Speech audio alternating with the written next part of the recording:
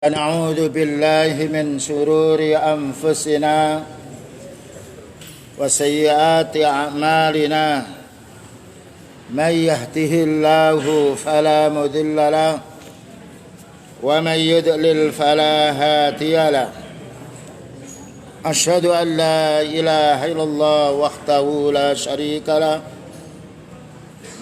وأشهد أن محمدا عبده ورسوله اللهم صل وسلم على نبينا محمد وعلى آله وصحبه أجمعين أما بعد.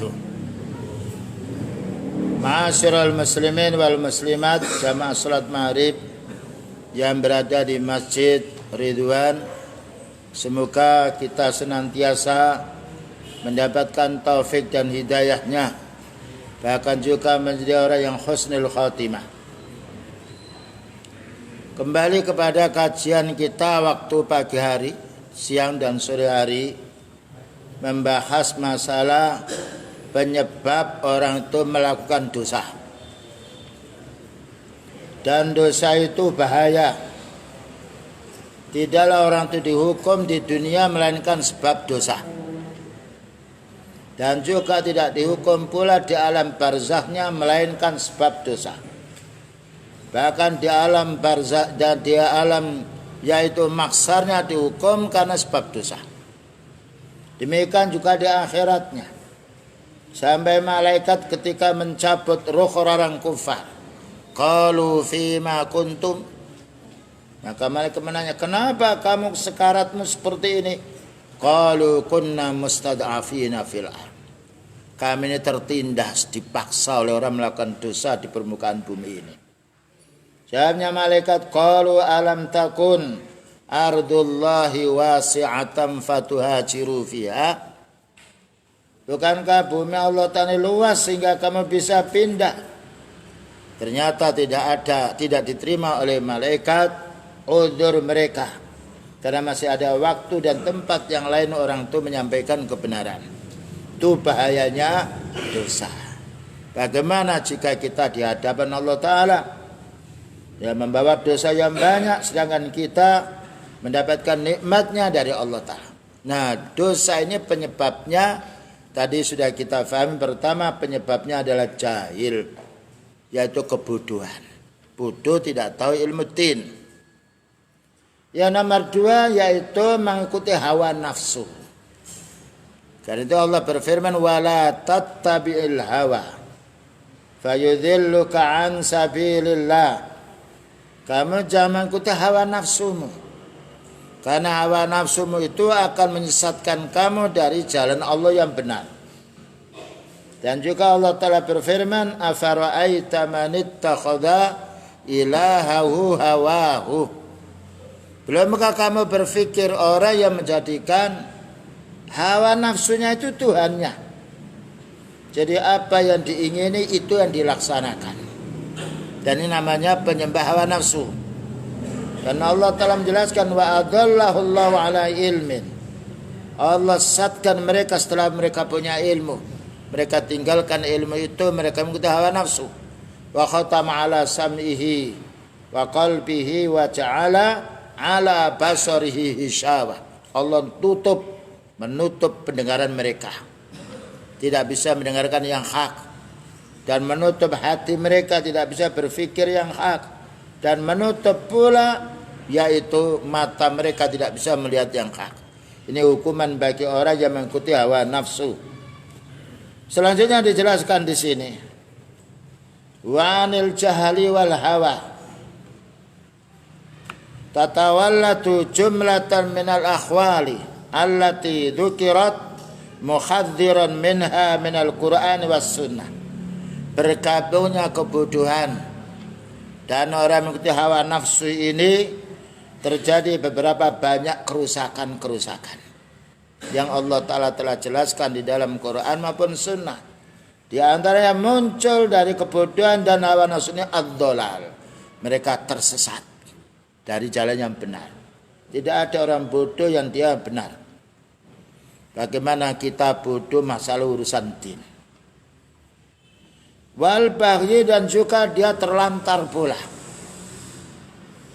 wal khamrati, dan juga akan menjadi sengsara. Kita kalau tidak tahu jalan sengsara. Mobil kita mati di jalan, kita tidak tahu mesin, sengsara. Itu sengsaranya di dunia. Belum lagi nanti sengsaranya di akhirat.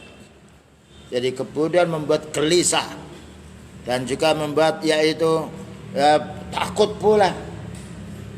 Wal ghafrati, kebodohan dan juga hawa nafsu ini membuat orang itu lalai.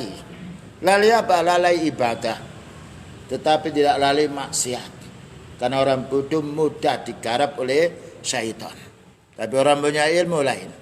Sampai setan itu sendiri berjanji, fa bi'izzatika, aku sebut demi Allah, kemuliaanmu ya Allah, la aghwiyannahum ajmain, aku akan goda semuanya manusia ini wahai Allah, illa ibadaka minhumul mukhlasin, kecuali hambamu yang ikhlas beribadah kepadamu. Dan ini menunjukkan kebodohan bahaya, mudah ditipu oleh orang dan juga mudah dibujuk. Demikian juga mengikuti hawa nafsu. Kebodohan dan hawa ini yang merupakan dua sayap yang sangat bahaya. Kemudian dijelaskan pula oleh Allah Subhanahu wa taala, wa min huna takasarat an-nusus wal asaru wa kalimatu a'immatil huda fi dzikril hawa. Disinilah para ulama sunnah menyebutkan ayat-ayat Allah taala dan hadis Rasulullah sallallahu alaihi wasallam menunjukkan wajibnya kita menjauhi hawa nafsu. Allah berfirman di dalam surat Al-Kahfi ayat nomor 28. Wasbir nafsaka ma'alladzina yad'una rabbahum bil ghadati wal 'ashyi yuriduna wajhah. Bersabarlah kamu wahai Nabi. Dia disuruh bersabar. Karena orang bertauhid mesti diganggu. Diganggu ahli tauhid bukan karena mencuri, bukan karena menzalimi orang, tapi karena menyampaikan yang hak. Dan hawa nafsu tidak senang dengan yang hak. Bersabarlah kamu hai Nabi, ma'alladzina yad'una rabbahum, bersama orang yang beribadah kepada Allah. Maknanya bersama para sahabat. Disuruh kita bersabar kaum muslimin, karena orang yang membela kebenaran pasti ada hambatan, ada permusuhan, dan ada yang sifatnya menghalangi. Padahal manusia yang paling baik itu orang yang punya ilmu dan beramal soleh. Tapi Allah Ta'ala menjadikan orang kufar itu tidak senang dengan orang muslim, sebagaimana kita orang muslim tidak senang dengan orang kufar. Bil ghadati wal 'ashyi, bersabarlah kamu wahai Nabi bersama para sahabatmu umat muslim yang mau beribadah pagi hari dan sore hari. Yuriduna wajhah, mereka beribadah ini berharap ridhonya Allah, berharap fadilahnya, berharap rahmatnya, dan juga berharap pahalanya. Kemudian Allah Ta'ala yang dijelaskan pula ayat berikutnya, wala ta'du aynaka anhum turinatal hayatid dunya. Ini peringatan Allah Ta'ala kepada beliau, peringatan nomor 2. Dan jangan kamu tajamkan pandanganmu hai Nabi kepada orang yang ambisi urusan dunia. Turiduna zinatal hayatid dunya. Ini menunjukkan orang muslim boleh mencari urusan dunia. Tapi Allah menjelaskan fastabiqul khairat, tidak ada fastabiqud dunya. Berlomba-lombalah kamu mencari urusan akhirat.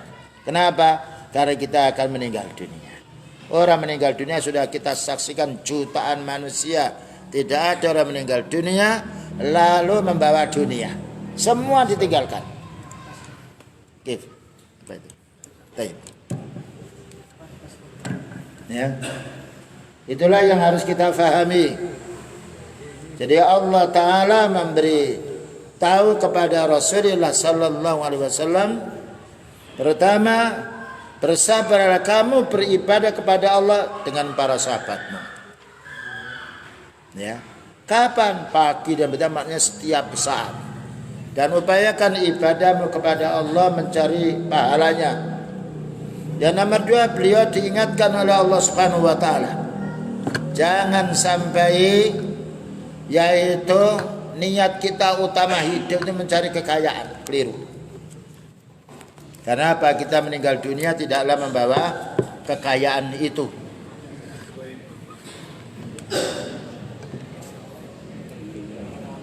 Yang nomor 3, nah ya, yang nomor 3, wala tuti' man aghfalna qalbahu an dzikrina.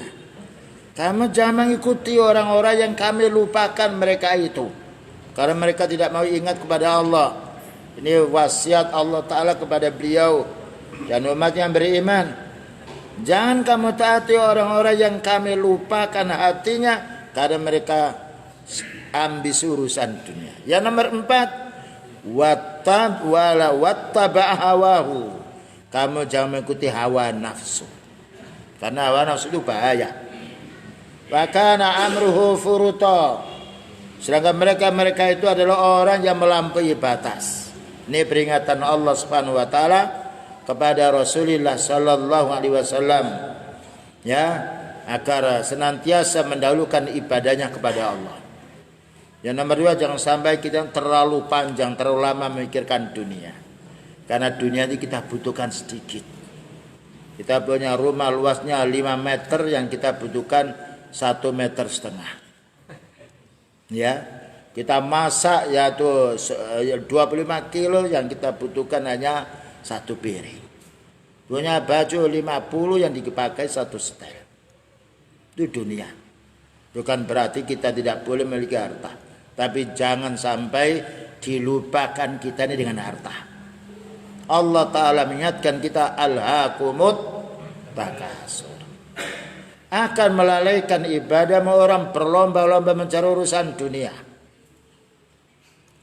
Kemudian juga Allah Ta'ala berfirman di dalam surat Al-Qasas, wajibnya kita menjauhi hawa nafsu. Fa in lam yastajibu laka fa'lam annama yattabi'una ahwa'ahum. Maka jika mereka tidak mau memenuhi panggilanmu wahai Nabi, tidak mengikuti sunnahmu, ketahuilah mereka itu mengikuti hawa nafsu. Jadi orang yang mengikuti hawa nafsu itu orang yang menolak sunnahnya Rasulullah Sallallahu Alaihi Wasallam. Dan ini menunjukkan jeleknya orang mengikuti hawa nafsu.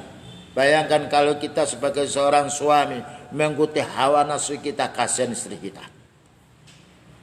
Kalau seorang istri mengikuti hawa nafsunya, kasihan suami. Kalau anak mengikuti hawa nafsunya, kasihan orang tua. Kalau tetangga mengikuti hawa nafsunya, mesti resah masyarakat itu. Karena manusia itu punya hawa nafsu memerintah. La ammaratum bisu. Innan nafsa la ammaratum bisu. Sesungguhnya jiwa itu sering memerintah yang jelek. Tapi kalau kita beriman, kita akan paham. Oh, ini bisikan syaitan ini, yang kita harus a'udzu billahi minasyaitonir rajim. Kemudian Allah Ta'ala berfirman, wa man adallu mimman ittaba'a hawahu bi ghairi hudan min Allah.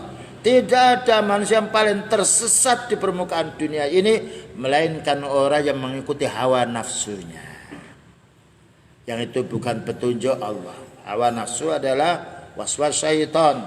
Ini perlunya kita jangan mengikuti semua keinginan kita. Keinginan kita harus kita sodorkan dulu, ini menurut ayat benar apa tidak, menurut sunnah Rasulullah SAW benar apa tidak. Karena keinginan banyak. Kalau benar kita kerjakan, kalau tidak kita harus melawan hawa nafsu kita.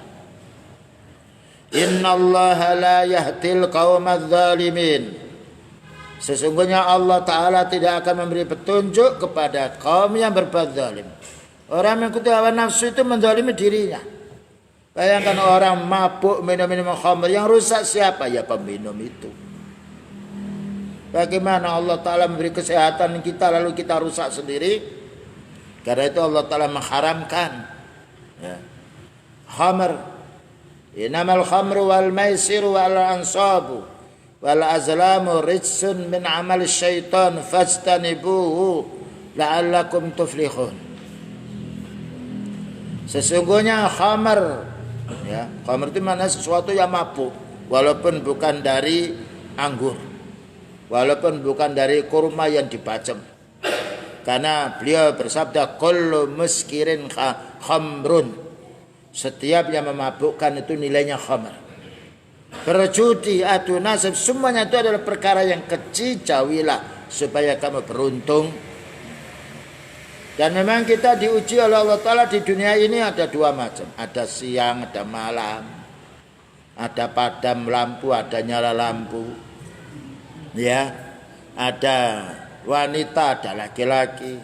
Ada orang kafir, ada orang mukmin. Itu semuanya ujian. Untuk mengetes di mana apa yang kita amalkan. Dan Allah Ta'ala akan menghisab kita, menghisab amal. Fa'amma man sakulat mawazinuh fahuwa fi 'ishatir radiyah. Adapun orang yang berat timbangan amalnya, inilah orang yang diridhoi oleh Allah Ta'ala dunia dan akhiratnya. Wa amma man khaffat mawazinu fa ummuhu hawiyah. Adapun orang yang ringan timbangan amal baiknya, mereka akan dimasukkan ke neraka hawiyah. Naudzubillah min dzalik. Kemudian juga dijelaskan pula oleh Allah Ta'ala di dalam surat Al-Jasiyah yang sudah kami baca tadi, perlu kami ulang. Afara'aita, belumkah kamu berfikir wahai Nabi? Berfikir tentang siapa? Manittakhadha ilahahu hawahu, orang yang menjadikan Tuhannya itu keinginannya. Nah, mestinya Tuhannya Allah yang memerintah kita, yang melarang kita, tapi Tuhannya dia hawa nafsu. Apa yang diingini dikerjakan ini berarti menjadikan hawa nafsunya Tuhannya.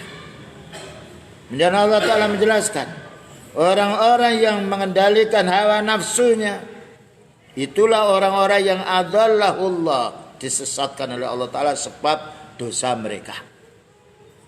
Ala ilmin, ya, wa khatama ala sami, dan Allah Ta'ala menutup pendengaran mereka, tidak bisa mendengarkan yang hak. Wa qalbi, dan Allah Ta'ala menutup hati mereka, tidak bisa berfikir yang benar. Wa ja'ala ala basarihi hishawa, dan Allah Ta'ala menutup mata mereka, tidak bisa melihat yang hak. Dan itu terbukti. Apa yang disampaikan oleh Allah Ta'ala, tidak kita menjumpai orang yang pemabuk, penjudi, melakukan kejahatan lalu 5 waktu masuk di masjid, tidak. Karena orang melakukan kejahatan, mereka lebih senang dengan merasa nikmat dengan kejahatannya. Maka Allah Ta'ala menjelaskan, faman yahdihi min ba'dillah, kalau orang itu sudah tersesat dengan hawa nafsunya, siapa yang bisa memberi petunjuk selain daripada Allah Ta'ala? Makna tidak ada yang bisa memberi petunjuk. Oleh karena itu hendaknya kita menasihati diri kita sendiri, keluarga kita yang lainnya, jangan sampai mengikuti hawa nafsu. Afala tadakkarun, mengapa orang-orang itu tidak mau berfikir. Kemudian juga Rasulullah sallallahu alaihi wasallam bersabda, haramnya kita mengikuti hawa nafsu. Nah, hawa nafsu maknanya keinginan yang itu tidak diridhoi oleh Allah. Keinginan menjadi rusaknya akidah mereka, rusaknya ibadah kita. Tapi kita punya keinginan yang hak, bukan hawa nafsu. Itu hidayah dari Allah. Maka Rasulullah SAW bersabda, hadis ini diriwayatkan oleh Imam Ahmad dan juga oleh Ashabus Sunan. Wa qala Rasulullah sallallahu alaihi wasallam, inna mimma akhsha alaikum syahawatil ghayyi fi butunikum wa furujikum wa mudillatil hawa. Artinya, sesungguhnya yang paling dikhawatir, yang paling ditakuti oleh Rasulullah sallallahu alaihi wasallam kepada umatnya yang muslim ini tiga. Pertama, mengikuti syahwatnya, mengikuti keinginannya yang jelek. Yang nomor dua, yang enam, syahwatnya fi butunikum wa furujikum. Orang mengikuti syahwatnya, mengikuti apa yang diinginkan, apa yang diingini dimakan terus. Wa furujikum, dan juga farjimu. Sebagaimana beliau bersabda, fattaqud dunya wattaqun nisa. Dua subhat di situ. Maka hati-hati kamu dengan fitnahnya dunia. Karena fitnah dunia ini melupakan orang beribadah kepada Allah. Wattaqun nisa, dan takutlah kamu, hati-hati dengan wanita, karena itu menjadi sebab penyakitnya syahwat. Tetapi penyakit syahwat lebih mudah, orang itu menikah insya Allah selesai. Tapi kalau penyakit tamak dunia ini, na'udzubillah min dzalik. Kemudian juga nomor 3, wa mudhillatil hawa, dan hati-hati mengikuti hawa nafsu. Inilah yang dikhawatiri oleh Rasulullah sallallahu alaihi wasallam menimpa kepada umatnya. Ya. Kalau sudah umatnya tamak urusan dunia, mesti meninggalkan ibadah. Dan kalau sudah tamak masalah urusan dunia, tidak perlu bicara halal yang haram, yang penting dapat.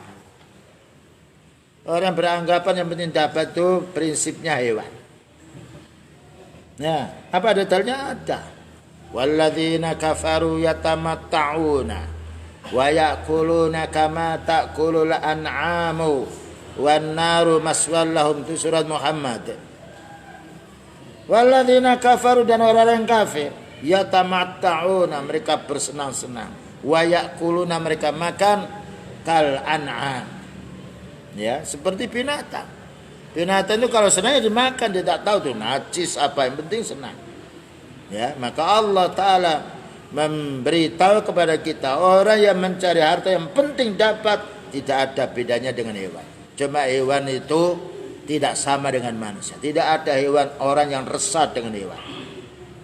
Tapi manusia resah dengan manusia. Karena manusia punya hawa nafsu dan juga punya pikiran. Kalau hawa nafsu tempuk dengan pikirannya, syahwatnya, menjadi sebab jeleknya manusia. Dan kita lanjutkan pula beberapa penjelasan yang lain yang mana kita hendaknya menjauhkan diri dari hawa nafsu. Wa qala Abu Hazim al-A'raj, qatil hawaka asatta mimma tuqatilu atuwaka. Qatil hawaka asatta mimma tuqatilu atuwaka. Perangi hawa nafsumu itu. Lebih keras memerangi hawa nafsu daripada kamu memerangi musuh. Kenapa? Musuh kelihatan. Hawa nafsu, nah, di tubuh kita. Ya. Dengan apa kita memerangi hawa nafsu? Bukan kita pukuli badan kita. Ya, bukan kita pukuli kepala kita, dengan ilmu. Tuntut ilmu syar'i. Dan diamalkan. Didakwakan dengan penuh sabar, itu untuk mengerem hawa nafsu, keinginan yang jelek.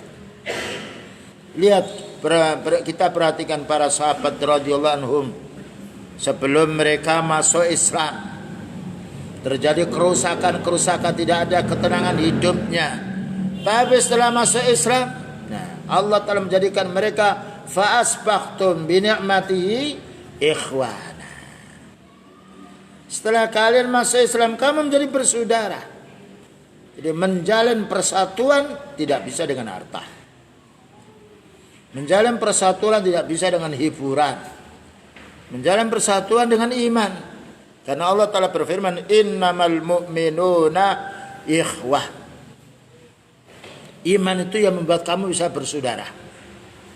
Bayangkan kita masuk masjid ini, kekayaannya tidak sama. Ya, keluarganya tidak sama. Bahkan mungkin sukunya tidak sama. Tapi kita dibuat oleh Allah Ta'ala menjadi tenang jiwa kita. Sekalipun perbedaan di dalam ekonomi.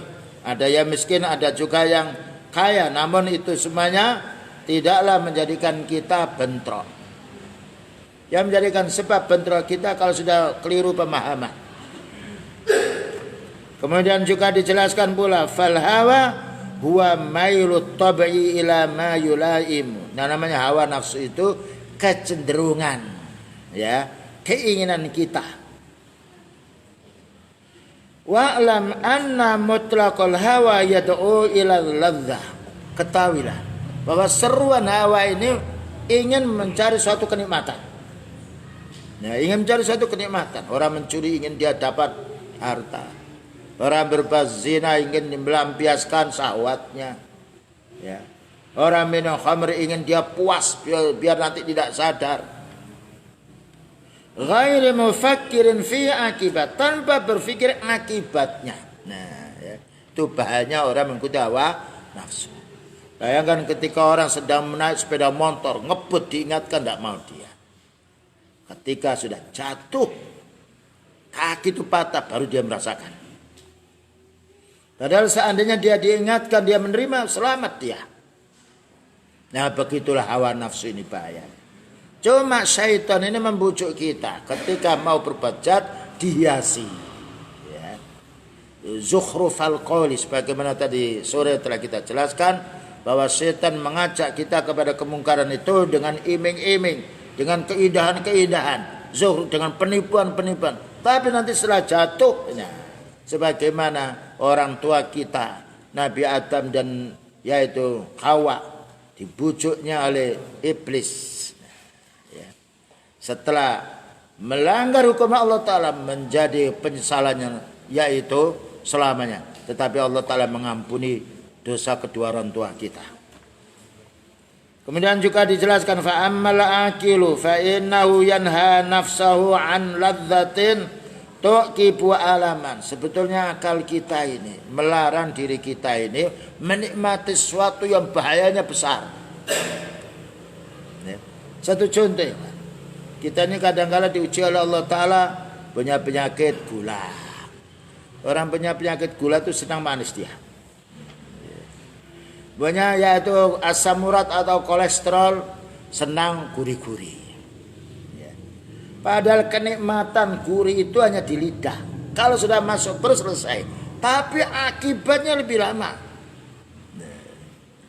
Madaratnya gatal badan kita yang itu lebih lama daripada kita merasakan lezatnya makanan yang gurih itu. Ini untuk urusan dunianya. Bagaimana melanggar hukum Allah yang kelezatannya sebentar, yang disertai dengan kesedihan, penyesalan, tapi nikmatnya sedikit. Orang mau mencuri dipotong tangannya, bahayanya lebih besar daripada badan diambil.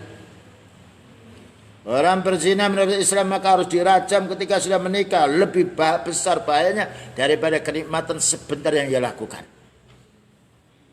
Inilah perlunya kita memahami. Allah Ta'ala memberi akal kepada kita supaya kita bisa menimbang ya, antara maslahah dan madaratnya. Wassahawati turisu nadaman. Orang melampiaskan syahwat keinginannya itu mesti dia menyesal. Nah, mesti menyesal dia. Dan kalau sudah menyesal sudah kerugian yang besar. Wa kafa bihadzal qadri madkhan lil aqli wa dhamman lil hawa. Dengan ini Allah Ta'ala memuji orang mau berpikir. Afala tatafakkarun, afala tasma'un, afala tubsirun. Mengapa kamu tidak berpikir? Mengapa kamu tidak mendengarkan? Mengapa kamu tidak melihat? Tapi menurut hawa nafsu. Wala tattabi'il hawa. Jangan kamu ikuti hawa nafsumu. Untuk hawa nafsu, afara'aita man ittakhadha ilahahu hawa. Belumkah kamu berpikir orang mengikuti hawa nafsunya itu menjadikan Tuhannya? Selanjutnya dijelaskan oleh Syekhul Islam Ibnu Taimiyah rahimahullah taala di dalam kitab yaitu Minhajus Sunnah. Qala Syekhul Islam Ibnu Taimiyah, fa innal hawa yu'mi wa yusimmu. Hawa nafsu itu membuat kita buta. Bukan buta mata, enggak. Buta fungsinya mata. Wa yusimmu, dan juga membuat tuli. Bukan berarti tuli tidak mendengar suara, tapi tuli tidak mau mendengar yang hak. Tidak ada orang mengikuti hawa nafsu lalu dia menjadi orang yang ahli ibadah. Tapi mengikuti hawa nafsu menjadi orang yang paling parah, yaitu akhlaknya benar. Wa sahibul hawa yaqbalu ma wafaqa hawahu. Orang yang penyembah hawa nafsu itu dia menerima kalau cocok dengan hawa nafsunya. Nah, kalau tidak cocok ditolak. Fala hujjata tujibu sidqah. Tidak ada alasan dalil yang membenarkan bahwasanya hawa nafsu itu benar. wa yaruddu khalafa hawahu bila hujjatin tujibu raddahu. Dan hawa nafsu itu mesti menyelisihi sunnah, mesti menyelisihi fitrah yang sehat. Karena itu banyak orang mengatakan kamu jangan itu hawa nafsumu. Orang tua menasihati anaknya atau anak menasihati orang tua. Bahaya orang mengikuti hawa nafsu. Kemudian juga dijelaskan qad sabaqa annal ilma wal aqla 'anillahi wa rasuli. Telah kita bahas waktu yang lalu bahwasanya ilmu dan akal itu dari Allah. Nah, wa huma al-munjatu, ini yang membawa kepada keselamatan kita. Hanya orang gila lain dengan orang yang waras akalnya. Wa annal jahala wal hawa humal muhlikah. Bodoh dan hawa nafsu itu merusak dirinya sendiri, merusak keluarga, merusak masyarakat. Karena itu kita repot menasihati orang yang bodoh dan mengikuti hawa nafsu. Fa idza tasafa an-nafsu bihadainil wasfaini. Kalau manusia memiliki dua sifatnya, bodoh mengikuti hawa nafsu, fa khallat minal ilmi, mesti kosong dari ilmu. Nah, susah untuk dinasihati. Wa khallun fihal jalu, dan mesti dia akan dipengaruhi dengan kebodohannya. Dan kita susah untuk menasihati orang bodoh itu. Berbeda menasihati orang punya ilmu. Wa saral hawa fiha qa'itan lil amal, sehingga maka dia akan disetir oleh hawa nafsunya, dipimpin oleh hawa nafsunya. Senang maksiat dia laksanakan maksiat.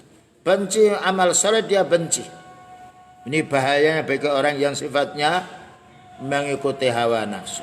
Fahayyan nafsul ammaratu bisu', yang mana inilah mengajak manusia kepada perbuatan yang buruk. Baik, waktunya Isya. Kita skor terlebih dahulu, insyaallah akan kita lanjutkan setelah kita menjalankan salat Isya. Wassallallahu ala nabiyyina Muhammadin wa ala alihi wasallam. Alhamdulillahirabbil alamin.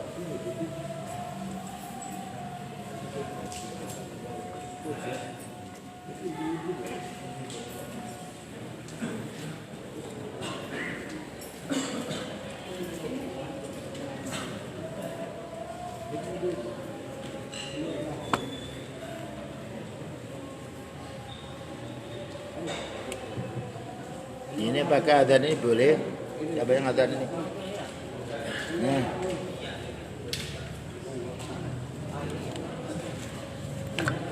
Siapa yang adzan ini? Ayo, yang keras.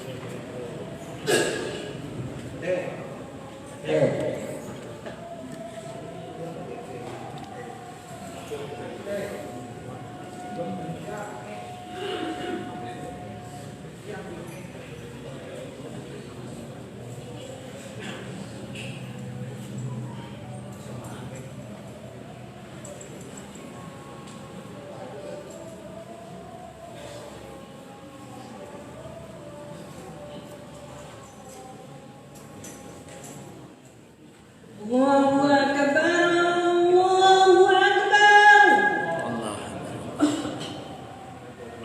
Allahu Akbar, Allahu Akbar.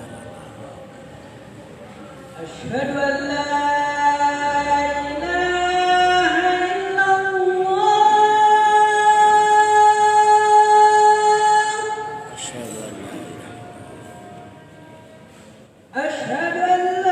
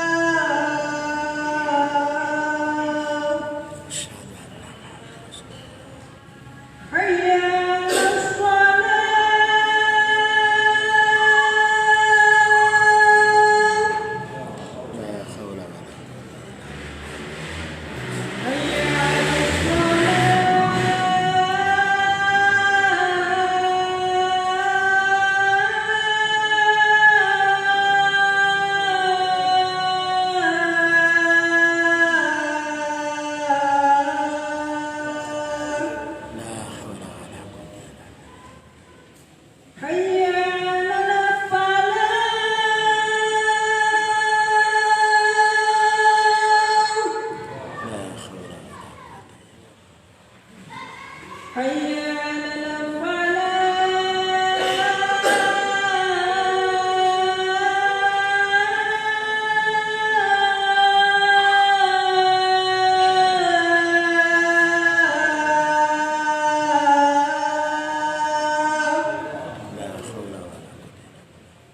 الله أكبر الله أكبر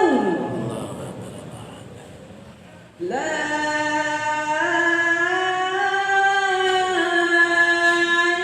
إله إلا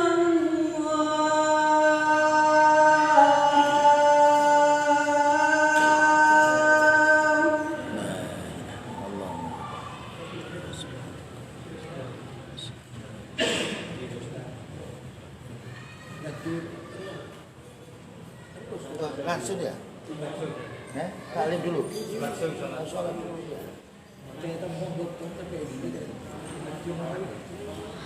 Ya, الله أكبر الله أكبر أشهد أن لا إله إلا الله أشهد أن محمدا رسول الله حي على الصلاة حي على الفلاح قد قامت الصلاة قد قامت الصلاة الله أكبر الله أكبر لا إله إلا الله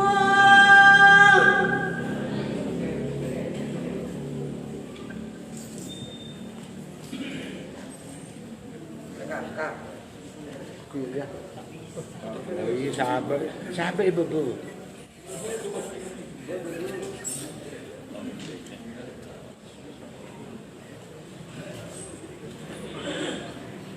استووا استقيموا واعتدلوا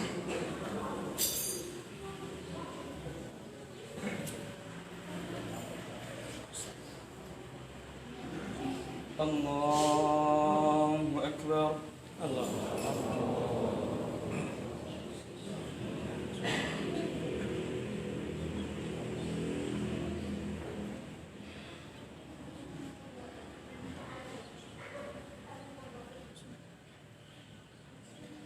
الحمد لله رب العالمين الرحمن الرحيم مالك يوم الدين إياك نعبد وإياك نستعين اهدنا الصراط المستقيم صراط الذين أنعمت عليهم غير المغضوب عليهم ولا الضالين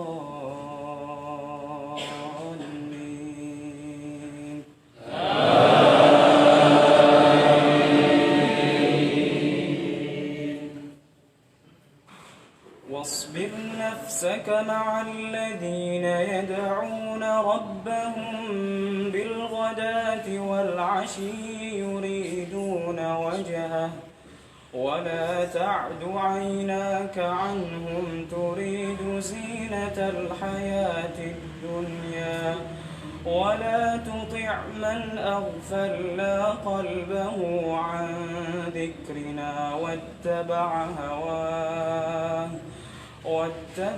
هواه وكان أمره فرطا وقل الحق من ربكم فمن شاء فليؤمن ومن شاء فليكفر إنا أعتدنا للظالمين نارا أحاط بهم سرادقها وإن يستغيثوا يغاثوا بماء كالمهل يشوي الوجوه بئس الشراب وساءت مرتفقا إن الذين آمنوا وعملوا الصالحات إنا لا نضيع أجر من أحسن عملا أولئك لهم جنات عدن تجري من تحتهم الأنهار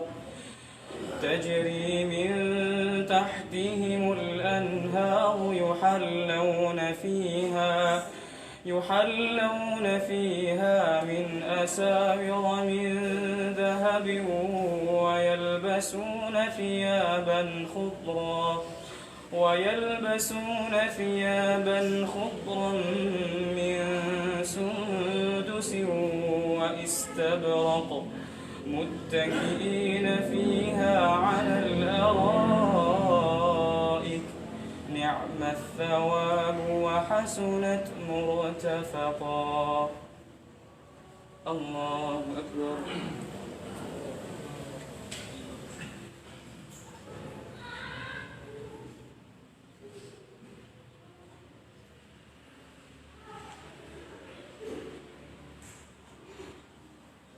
سمع الله لمن حمده.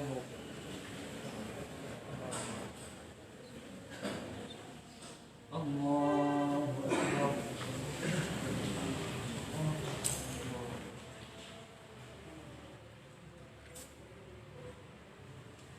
الله أكبر.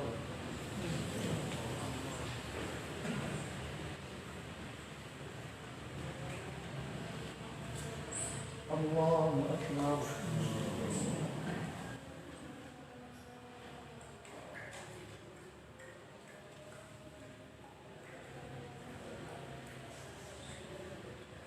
الله أكبر.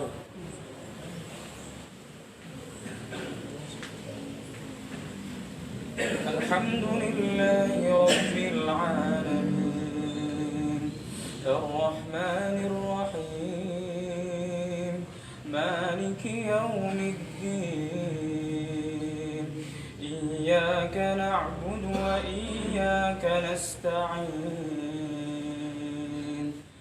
اهدنا الصراط المستقيم صراط الذين أنعمت عليهم غير المغضوب عليهم ولا الضالين.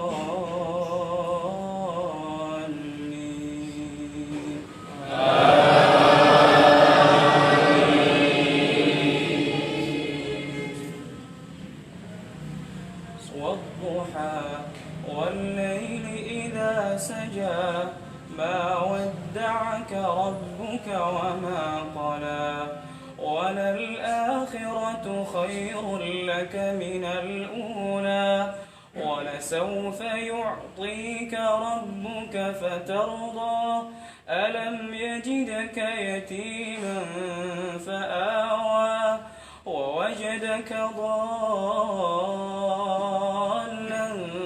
فهدى ووجدك عائلا فأغنى فأما اليتيم فلا تقهر وأما السائل فلا تنهر وأما بنعمة ربك فحدث. الله أكبر.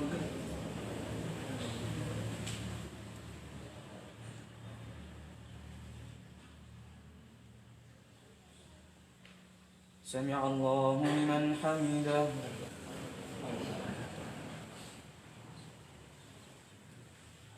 الله أكبر.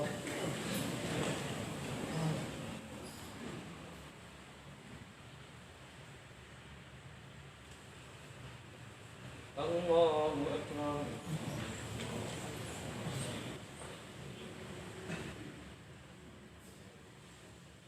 الله أكبر.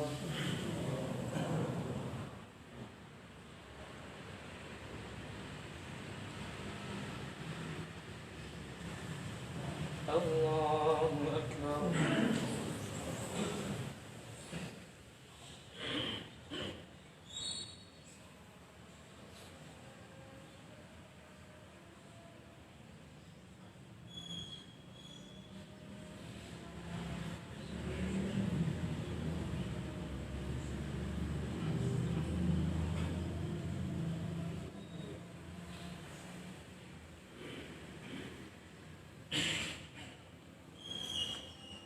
الله أكبر.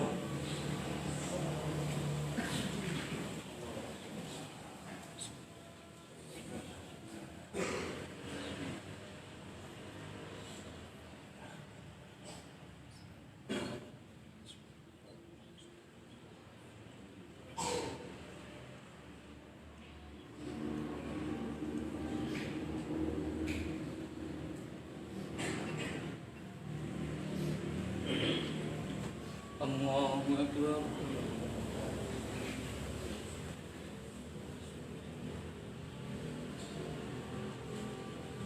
سمع الله لمن حمده.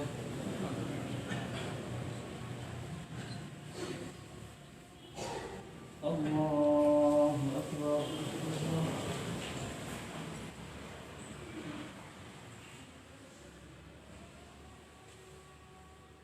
الله أكبر.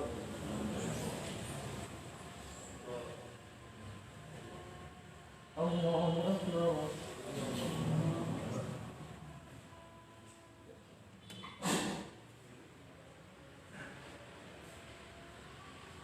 الله أكبر.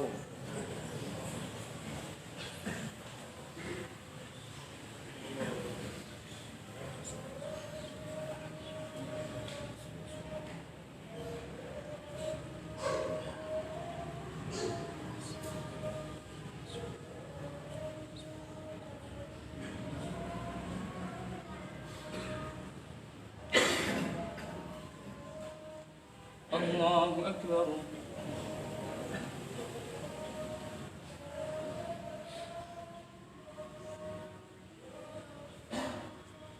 سمع الله لمن حمده.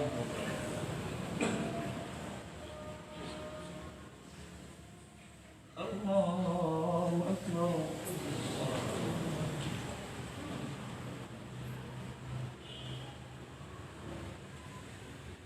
الله أكبر.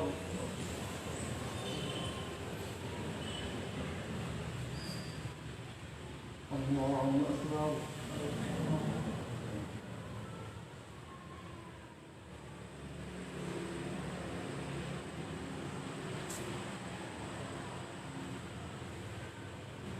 الله أكبر.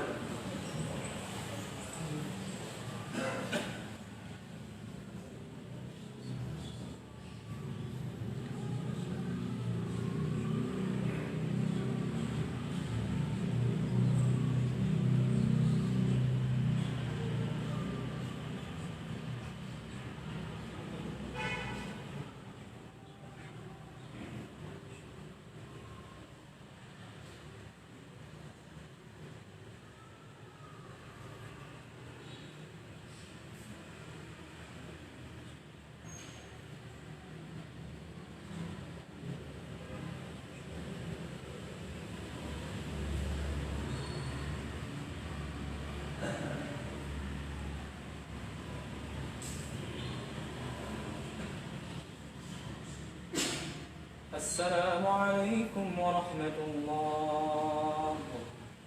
السلام عليكم ورحمة الله.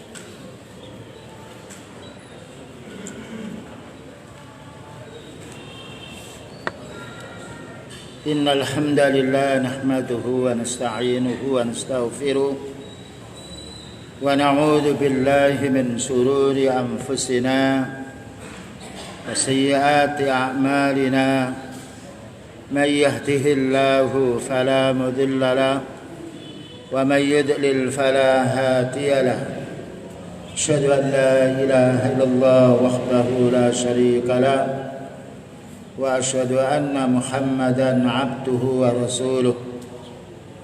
Nomor 3, kaum muslimin wal muslimat yang menjadi sebab manusia itu jatuh kepada perbuatan dosa, an-nafsul ammarah, jiwa yang menyuruh kejahatan. Jiwa kita ini ada 3 macam. Ada yang jiwa yang tenang, jiwanya orang mukmin, yang tidak menyuruh kecuali yang baik.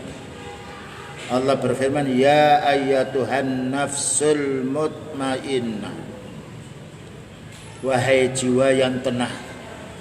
Tidaklah jiwa yang tenang kecuali jiwa yang selalu beriman kepada Allah. Karena ketenangan itu dengan iman, ketenangan itu dengan amal soleh. Allah berfirman, ala bidzikrillahi tatmainnul qulub. Ingatlah dengan zikrullah menjadi tenang jiwamu.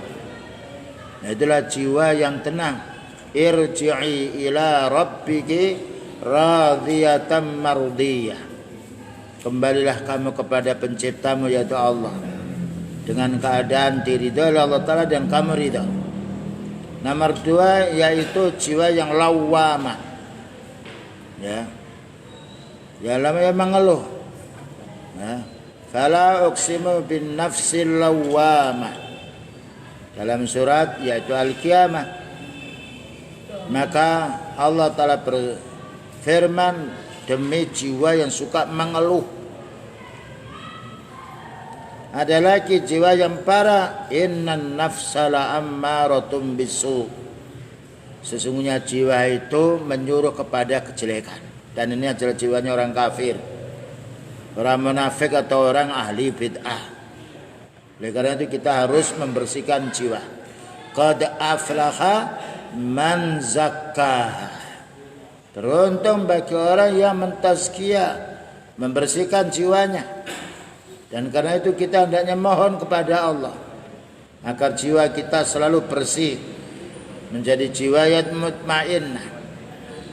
Doanya, Allahumma ati nafsi taqwa fazakkiha fa anta khairu man zakka anta waliyuha wa anta maulaha. Ya Allah, ati nafsi taqwa, karuniailah jiwaku ini menjadi jiwa yang takwa. Karena Engkau ya Allah yang memiliki jiwaku ini. Nah, Engkau ya Allah yang memberi karunia kepada jiwaku ini. Fazakkiha, ya Allah bersihkan jiwaku dari keinginan yang jelek. Nah, fa anta khairu man zakka, karena Engkau ya Allah yang paling baiknya membersihkan jiwa. Anta waliyuha, karena Engkau yang mengurusi jiwaku ini ya Allah. Wa anta maulaha, dan karena Engkau ya Allah yang yaitu mencintai jiwa ini, yang mengurusi jiwa ini. Nah, ini perlunya kita mohon kepada Allah. Ya muqallibal qulub, sabbit qalbi ala dinik. Wahai yang membolak-balikkan hati, ya Allah teguhkan hatiku ini untuk berpegang kepadamu, berpegang agamamu. Ya musarrifal qulub, sarrif qalbi ala ta'atik. Wahai yang membolak-balikkan hati, teguhkan hatiku ini untuk senantiasa taat kepadamu. Allah berfirman, Rabbana la tuzigh qulubana ba'da idh hadaitana. Ya Allah, berilah, ya Rabbana la tuzigh qulubana, ya Allah jangan Engkau palingkan hatiku ini tatkala Engkau telah memberi petunjuk. Nah, bukankah kita setiap sholat mohon kepada Allah Ta'ala, ihdinas siratal mustaqim, ya Allah tunjukkan kami ini jalanmu yang lurus. Baik, kita lanjutkan keterangan yang disampaikan oleh Imam Tirmidzi. Wa qad jaa fil hadisi bayanu wujubil muhafadhu 'alal aqli. Telah datang hadis Rasulullah sallallahu alaihi wasallam yang mewajibkan kita menjaga akal kita. Akal kita ini terjaga menjadi baik kalau kita menuntut ilmu. Tapi rusak akal ini kalau kita maksiat. Rusak akal ini kalau orang itu minum minumannya memabukkan. Rusak akal ini kalau dia berjudi. Wa huwa makhalul ilmi wal fahmi. Karena akal ini tempat kita untuk berilmu. Sudah hafal ya, dah ini akal. Sudah faham ya, akal. Makanya Allah Ta'ala berfirman, afala ta'qilun, afala yatadabbaruna al-Quran.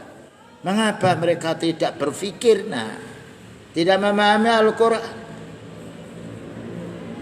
Wa qala alaihi salatu wassalam, dan juga beliau bersabda, istahyu minallahi haqqal haya'i. Katanya beliau, malulah kamu kepada Allah Ta'ala dengan benar-benar malu. Qulna, katanya para sahabat, ya Rasulullah, wahai Rasulullah sallallahu alaihi wasallam, inna nastahyi walhamdulillah, kami ini sudah malu kepada Allah Ta'ala wahai Nabi, alhamdulillah. Jawabnya beliau, qala laisa dzaka, bukan itu yang saya maksudkan. Walakinnal istighya'a minallahi haqqul haya'i. Tetapi orang yang benar-benar malu kepada Allah, yaitu antahfadhur ra'sa wa ma wa'a, jagalah pikiranmu. Ra'san ini apa itu, pikiran di kepala. Dan fahami, menjadi orang yang faham. Yang nomor 2, wal batna wa ma khawa, jagalah perutmu dari sisi yang haram. Kalau kepala, jagalah kepalamu dari berpikir yang tidak benar. Berpikir tentang tauhid, berpikir tentang ibadah, nikmat, sehat badan kita. Demikian juga jagalah perutmu, maknanya jangan sampai kita berlebih-lebihan makan, terutama makan yang haram menghambat diterimanya amal. Wal tadhkur mauta wal bala, ingatlah kamu kematian, ingatlah ketika datang bala. Nah, ini wasiat beliau. Ini orang yang malu di hadapan Allah. Satu, bahwa orang yang malu adalah orang yang selalu menggunakan akalnya untuk kebaikan, berpikir untuk yang hak. Yang nomor 2, malu tidak berlebih-lebihan dia urusan perutnya. Nah, kita ini perut kita diisi sedikit mau. Lihat orang Siam itu. Ya, ketika dia sedang yaitu sahur berapa, kadang-kadang kita sahurnya 3 kurma air 1 teguk, hidup kita 12 jam.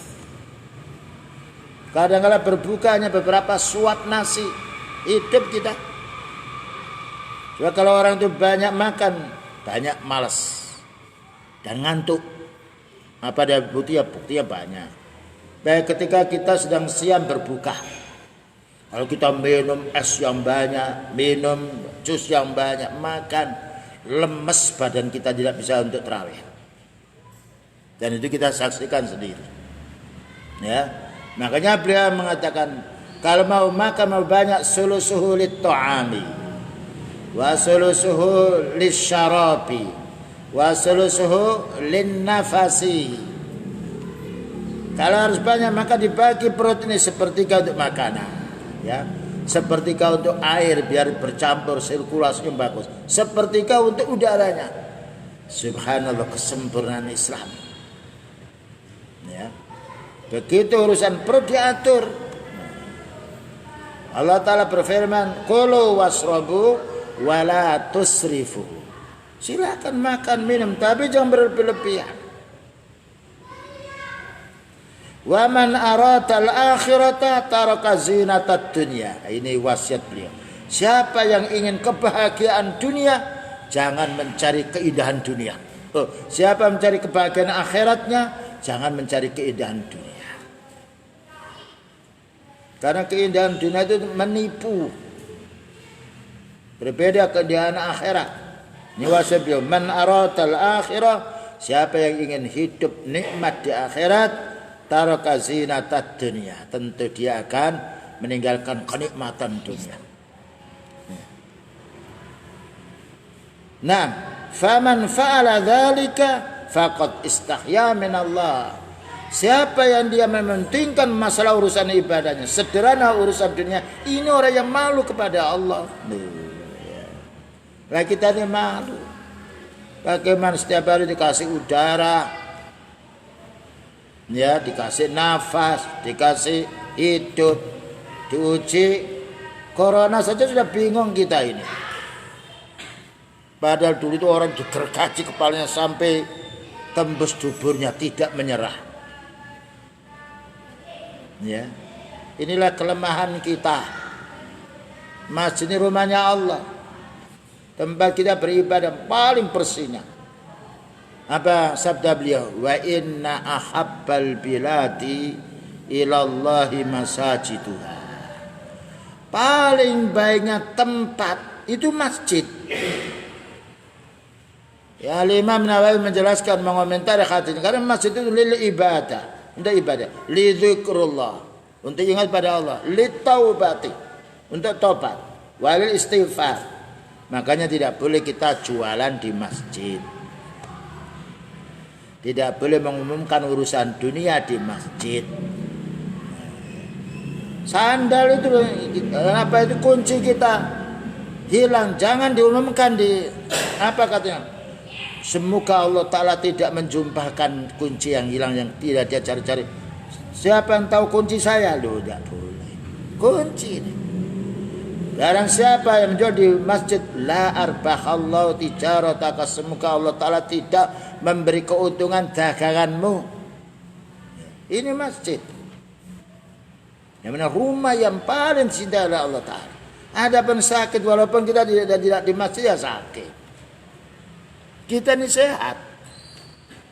Boleh orang ketika sakit, dia ada halangan, tidak bisa ke masjid, sholat di rumah. Tapi sehat harus sholat di rumah.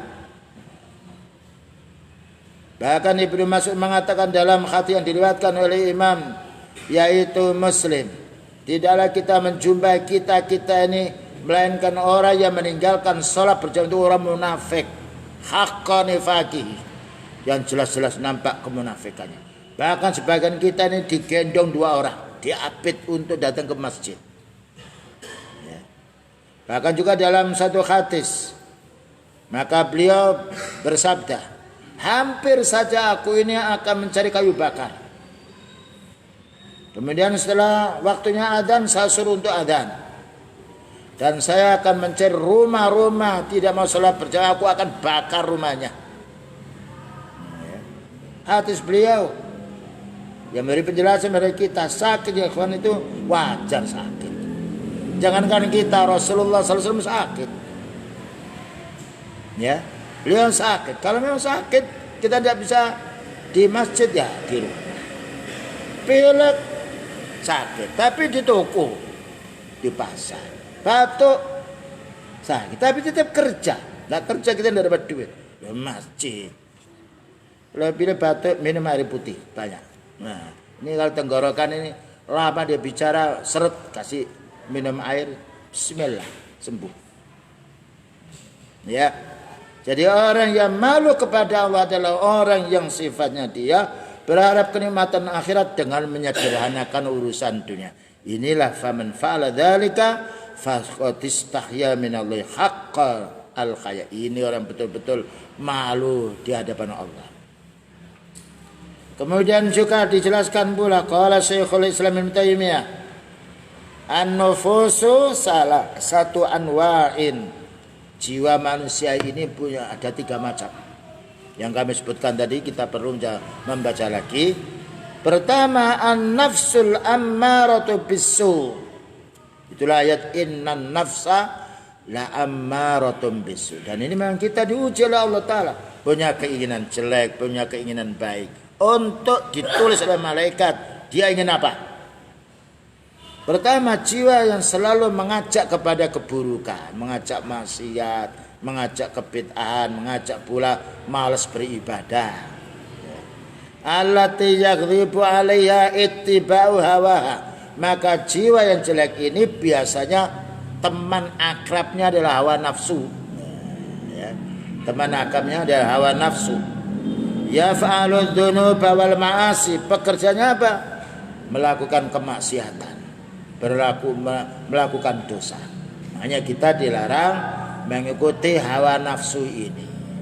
Dilarang mengikuti keinginan-keinginan yang jelek. Yang nomor 2, wan nafsul lawwamah. Ya. Jiwa selalu mengeluh, menggerutu, ini tidak baik. Ketika dia miskin menggerutu, mestinya bersabar. Tapi kalau dia kaya tidak diberitahu orang. Kalau miskin orang-orang dikasih tahu.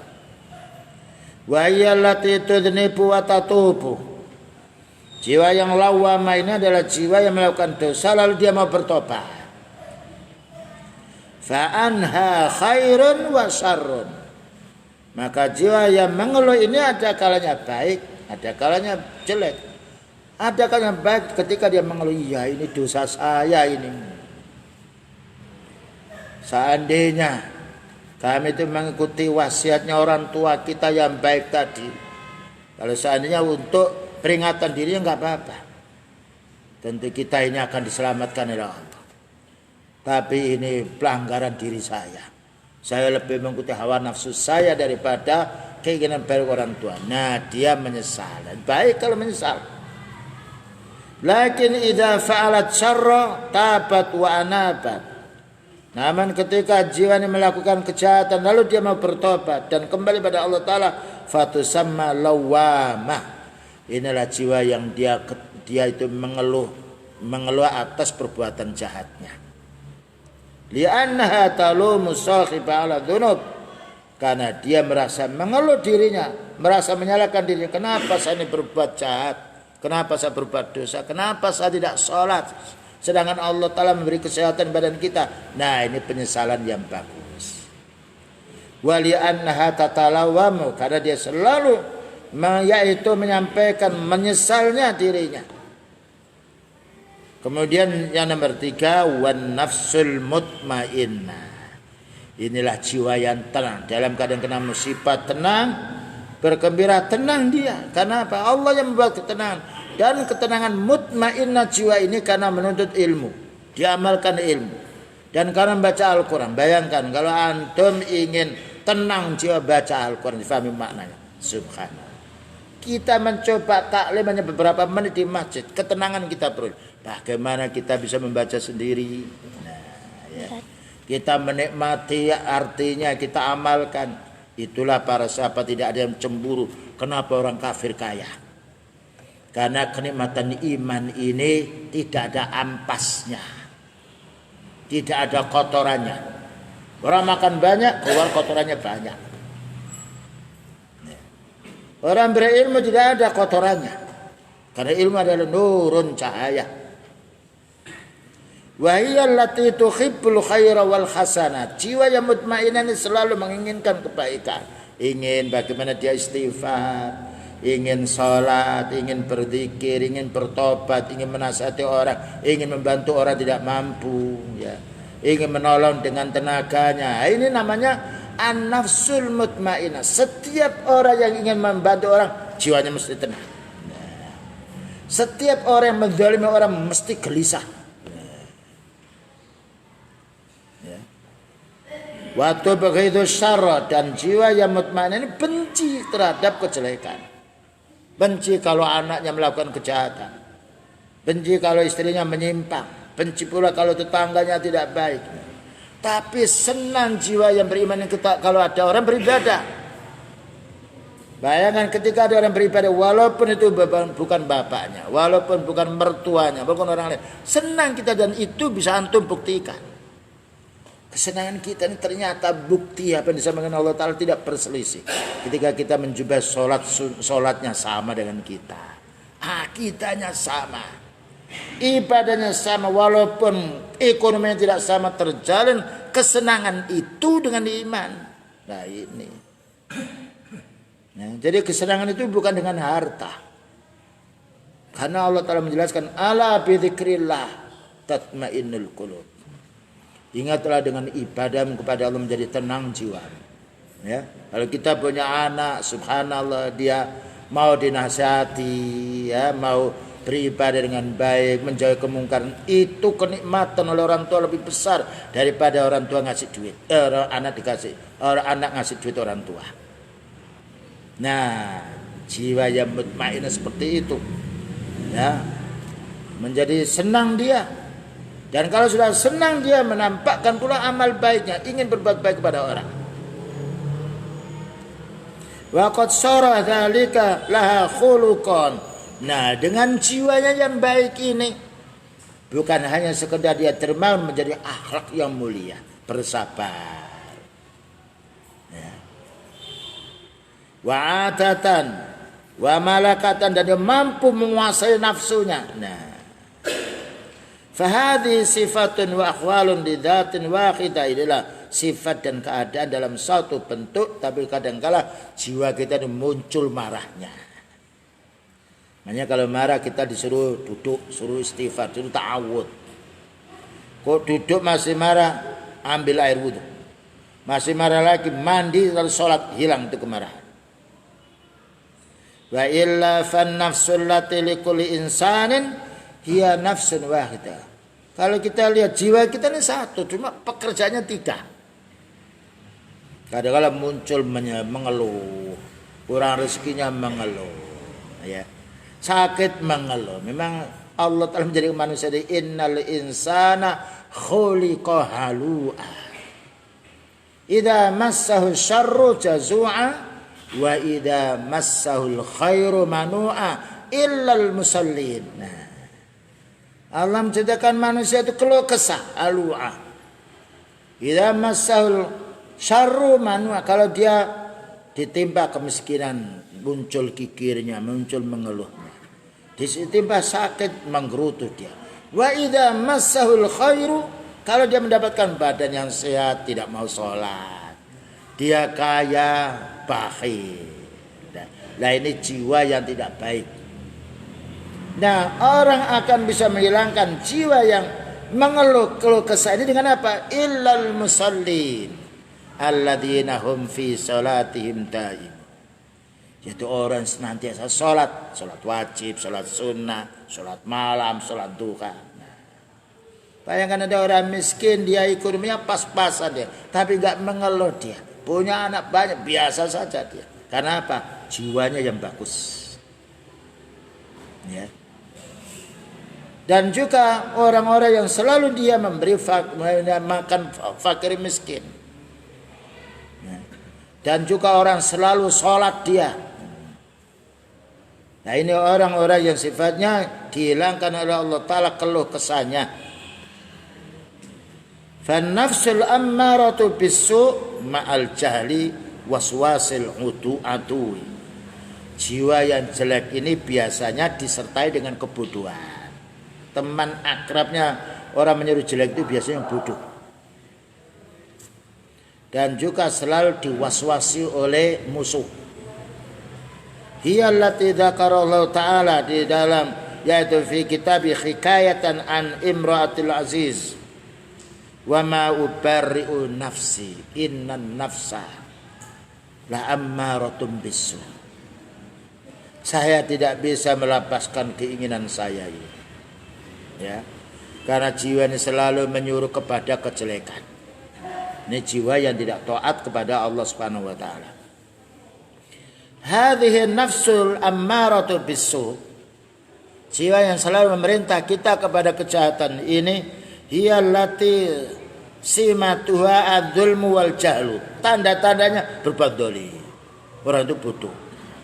Ya. Tanda-tanda jiwa yang menyuruh kepada kejahatan itu selalu berbuat zalim. Karena berbuat zalim dia menyuruh jiwanya dengan dibantu kebodohannya, dibantu pula oleh waswas syaitan.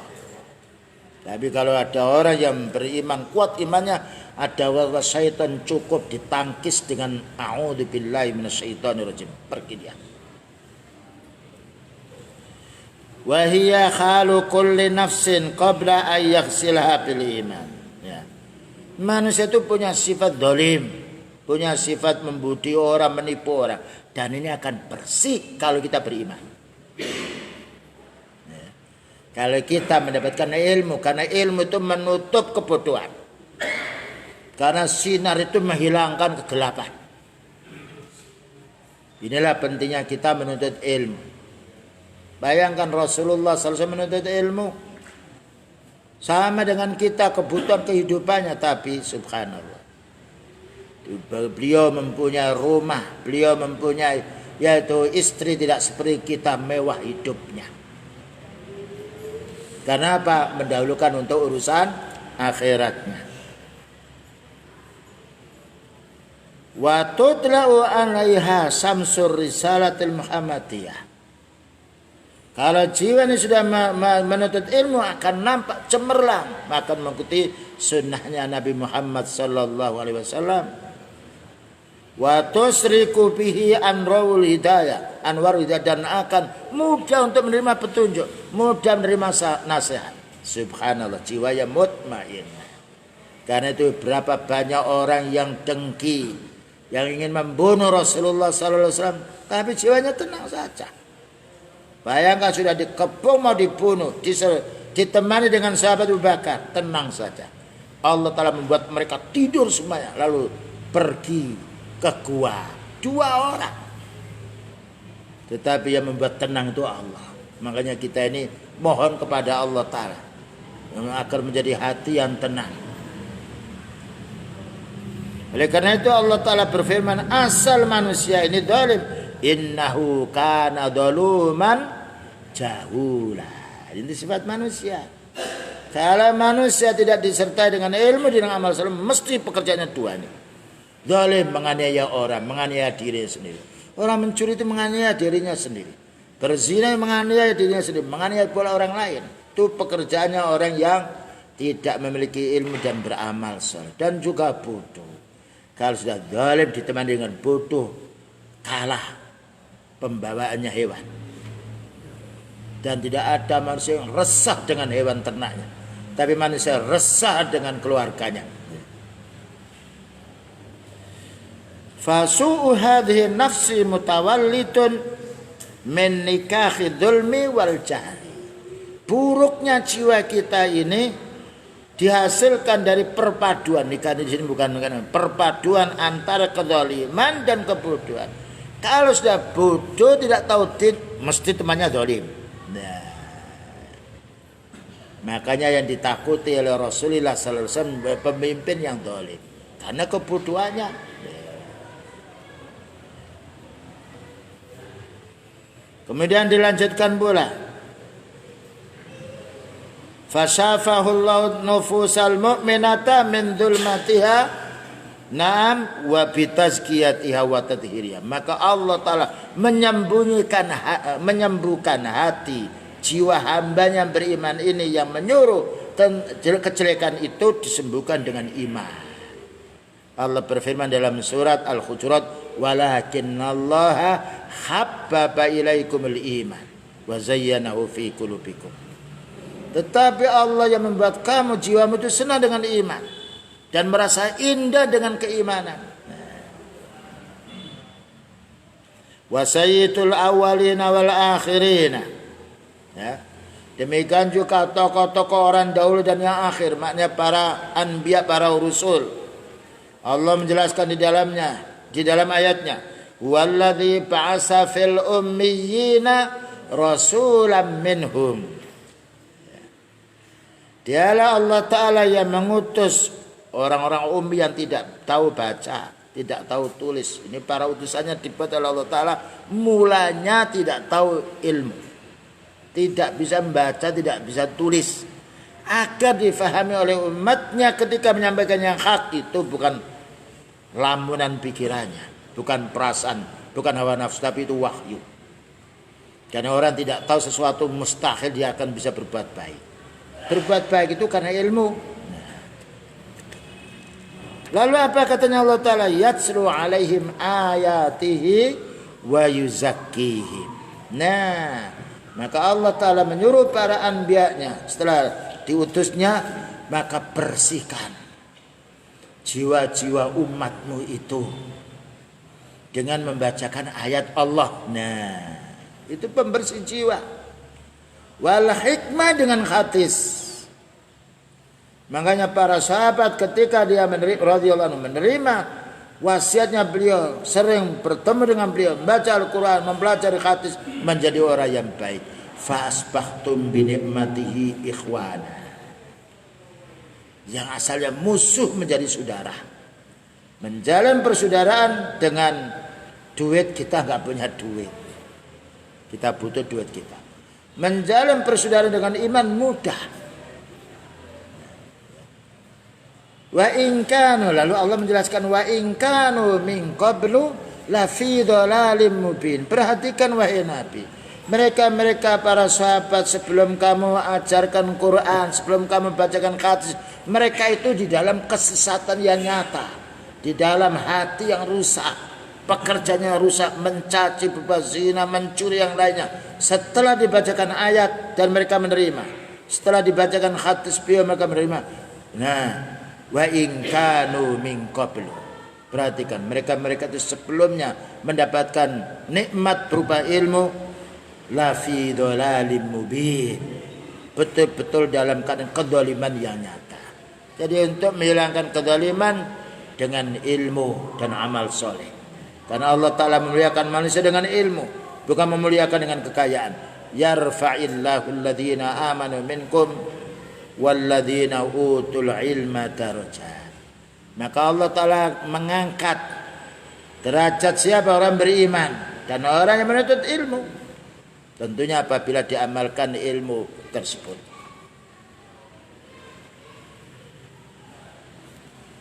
Begitulah yang dapat disampaikan. Ya, ini ada beberapa pertanyaan.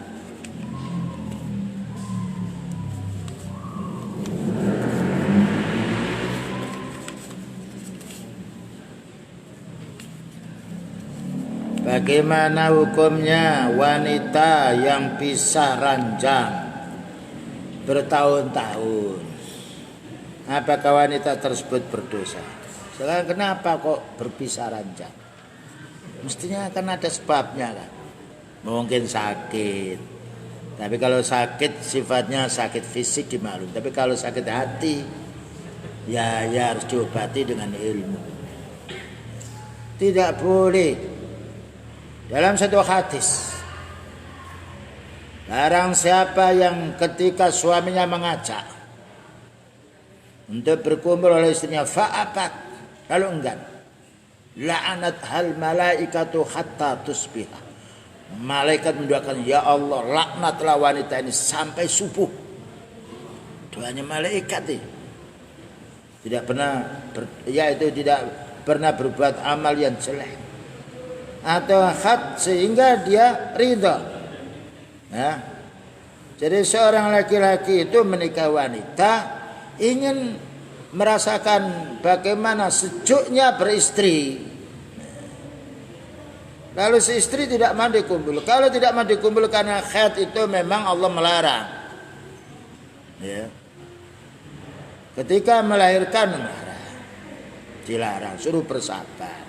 Kalau tidak bersabar ya nikah lagi. Kalau mampu. Kalau tidak mampu jangan dipaksakan. Nanti disembunyikan istrinya di mana-mana. 1 bulan baru ditemui sekali. Ini zalim. Beliau yaitu menikah itu setiap sore istrinya 9 itu didatangi semuanya. Gimana keadaannya? Bahkan ketika wudhu pun itu diteriak. Kemarin wudhu di rumah ini, besok wudhu di tempat yang lain. Kalau malam hari bergiliran, pergi diundi, karena dulu tidak ada mobil, adanya unta. Unta itu hanya muat 1 diundi. Yang sudah dapat besok yang tidak boleh pergi lagi sampai semuanya dapat. Subhanallah, itu keadilan beliau. Siapa yang tidak senang istrinya kalau orang itu betul-betul istiqomah. Ya, jadi ditanya mengapa dia bisa ranjang sampai yaitu 1 tahun, yang 1 malam saja. Ketika suaminya mengajak dia tidak mau, dilaknat. Yang mendoakan bukan orang maksiat, mendoakan malaikat la ya'suna ma amarallah wa yaf'aluna ma yu'maru. Ya. Dan kapan saja kita diajak oleh suami kita, jangan mengatakan nanti suri saja ya. Sakit hati itu. Nah, untung dia tidak mengucapkan kalimat cerai. Kita ini kalau kencing mau kencing sekarang Pak, nanti setengah jam saja. Tunggu setengah jam, apa yang terjadi? Sakit. Nah, sakit seorang suami kalau tidak ditahan, ditampernya pipinya istrinya. Padahal melayani istri itu dapat pahala besar. Sampai Rasulullah SAW bersabda, siapa wanita yang dia siam sunnah, suaminya di rumah izin, si izin. Karena itu haknya si suami. Jam 5 kok suami mengatakan nggak usah siam, kita tidak boleh siam. Karena kita wajib memenuhi kebutuhan si suami. Berikutnya, jadi dia tidak mau dikumpuli ini, tidak boleh selesaikan perkaranya. Kalau tidak senang ya khulu. Nah, khulu itu seorang wanita dia menebus. Ya, aku akan kembalikan mas kawinmu. Tapi saya batalkan pernikahanku ini denganmu. Batal. Sebagaimana salah seorang sahabat. Dan sahabat itu kaya dan juga pinter, tawadu. Tapi wanita, wahai Nabi, saya tidak membenci tentang akhlaknya si suami saya, wahai Nabi. Dia orang kaya dan juga dikasih emas kawinnya itu tanah. Tapi saya tidak senang, wahai Nabi, daripada saya nanti marah sama dia. Nah, kalau begitu kalau mau kembalikan sawahnya. Mau apa tidak? Mau. Nah, itu namanya fasah atau khulu. Dan kalau sudah khulu, ya itu pisah. Tapi itu bukan cerai. Tapi nanti lama-lamanya ternyata wanita itu ingat rindu dengan si suaminya. Boleh nikah tapi nikah yang baru. Karena itu bukan talak, nikah yang baru, akad yang baru. Selanjutnya,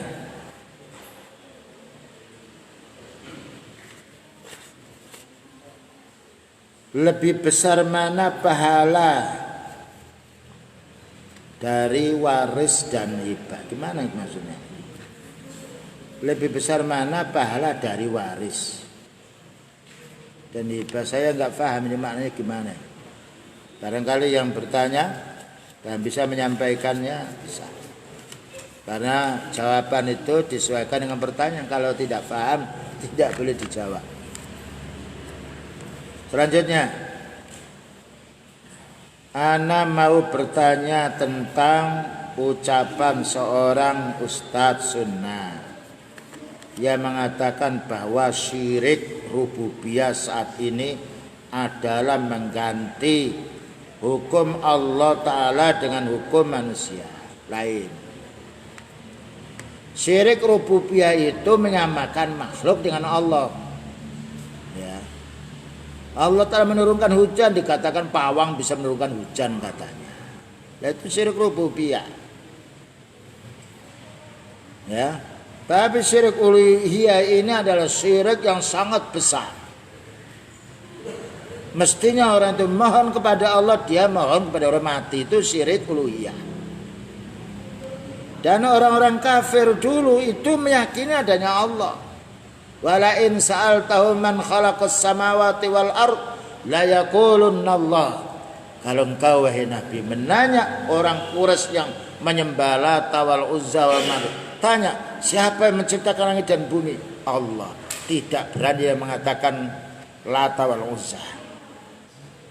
Ya.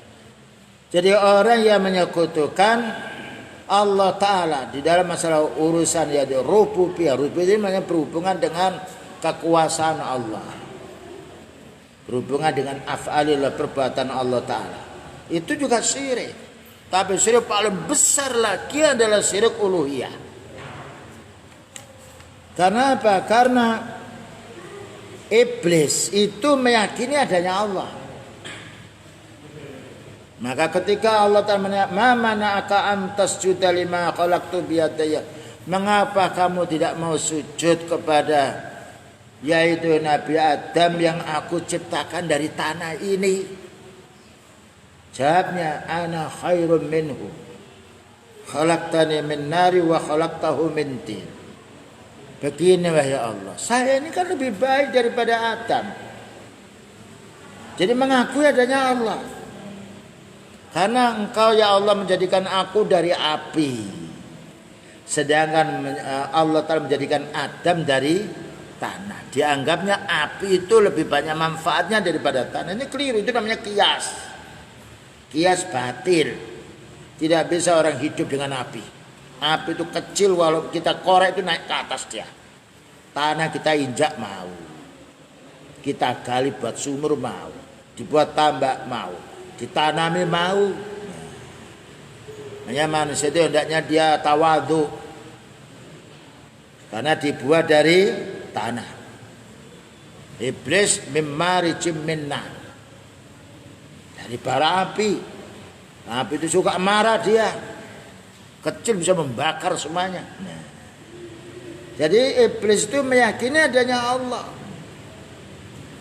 Tapi kenapa dikafirkan? Karena tidak mau sujud. Sujud itu makna yaitu tauhid uluhiyah.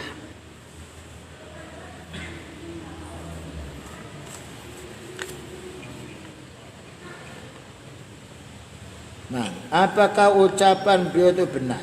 Mana dia? Ucapan seorang ustadz sunnah yang mengatakan bahwa syirik rububiyah saat ini adalah mengganti hukum Allah Ta'ala dengan hukum manusia. Mengganti hukum Allah Ta'ala dengan hukum manusia itu syirik uluhiyah. Afa hukmul jahiliyati yabghun? Apakah hukum-hukum orang jahiliyah itu yang mereka cari? Nah. Jadi syirik uluhiyah itu yaitu membuat peraturan yang menyelisih hukum Allah. Karena orang kafir tidaklah mengingkari adanya Allah, tapi orang kafir tidak mau disuruh ibadah kepada Allah, tidak mau disuruh memohon kepada Allah. Dipanggilnya Allah tapi dipanggilnya yang lainnya pula. Ya, wallahu alam, itu pendapat yang keliru. Ya, pendapat karena orang kufar yang lainnya, bahkan Fir'aun itu mengakui adanya Allah, cuma tidak mau dengan lisannya.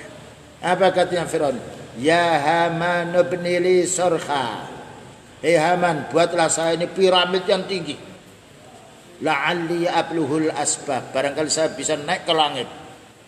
Asbab as-samawati, langit-langit itu. Fa'attali'u ila ilahi Musa, saya ingin melihat Tuhannya Nabi Musa. Berarti fitrahnya Fir'aun mengerti Allah Ta'ala itu di mana? Di depan kita apa di belakang kita? Di atas. Karena Fir'aun menyuruh Haman buatkan bangunan tinggi. Subhana rabbiyal a'la, maha suci Allah maha tinggi. Sabbih isma rabbikal a'la, maha suci Allah maha tinggi. Fir'aun tidak menyuruh Haman supaya menggali tanah. Saya akan melihat ini. Apa itu gali tanah yang sedang dalamnya, tidak. Tetapi disuruh membuat bangunan tinggi. Jadi fitrah manusia itu hakikatnya tahu Allah Ta'ala itu di atas. Cuma manusia itu bohong, penipu. Bahkan kadangkala kita sendiri, kita ini dinasihati oleh orang, kadangkala enggan, tidak mau. Karena apa? Hawa nafsu kita yang duluan. Tapi setelah jauh mengatakan, oh iya yang betul ya si fulan itu loh. Kita ini salah. Nah.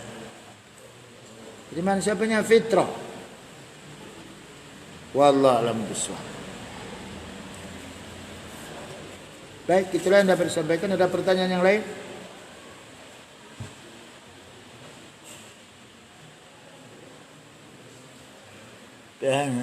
Bersuara. Assalamualaikum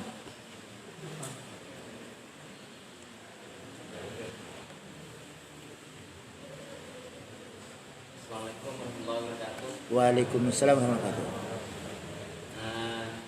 Ada sebuah pernyataan dari seorang ustaz, kalau masalah akidah itu dari dulu pun ada khilaf, dari kalangan sahabat pun ada khilaf. Di antaranya pendapat salah seorang sahabat, kalau tidak salah Ibnu Abbas yang mengatakan kalau Allah itu pada peristiwa Mi'raj itu Allah itu dilihat, sementara Aisyah radhiyallahu an mengatakan bahwa Allah itu tidak dilihat.